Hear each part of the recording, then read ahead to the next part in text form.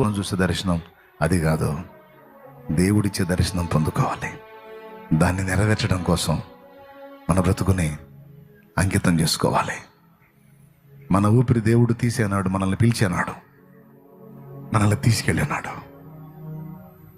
ఆయన చేయాలి మన మీద. నా కుమారి, నా బంగారు తల్లి, నా కోసమే బతికావు, రా. నువ్వు వస్తుంటే స్టెఫన్ వచ్చినప్పుడు ప్రభు లేచి నిలబడ్డట్టు నా యేసయ్య లేచి నిలబడాలి. అదిగో నా కూతురు వస్తుంది, అదిగో నా కుమార్తె వస్తుంది.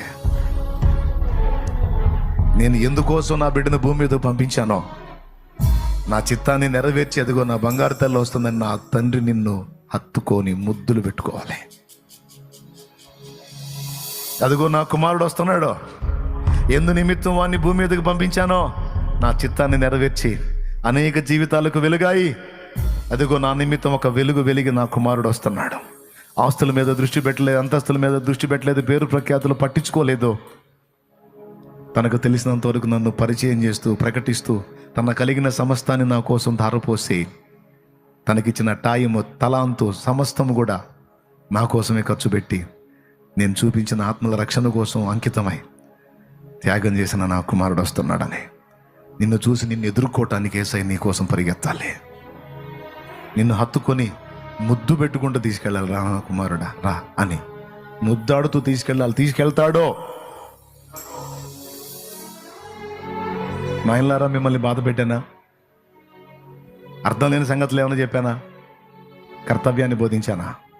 నేను కాదు, పరిశుద్ధాత్ముడే నీకు బోధించాడు. హృదయంలోకి తీసుకో. ఇంకా మారు మనసు పొందలేదా?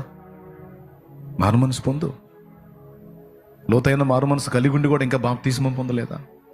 మరి నువ్వే ఇంకా రక్షింపబడకపోతే ప్రజల్ని ఏం రక్షిస్తా? రక్షణ పొందు. నా ప్రజల రక్షణ కోసం నేనే నడుం కట్టాలి. తెలియనివి అడిగి తెలుసుకోవాలి, నేర్చుకోవాలి, బలపడాలి.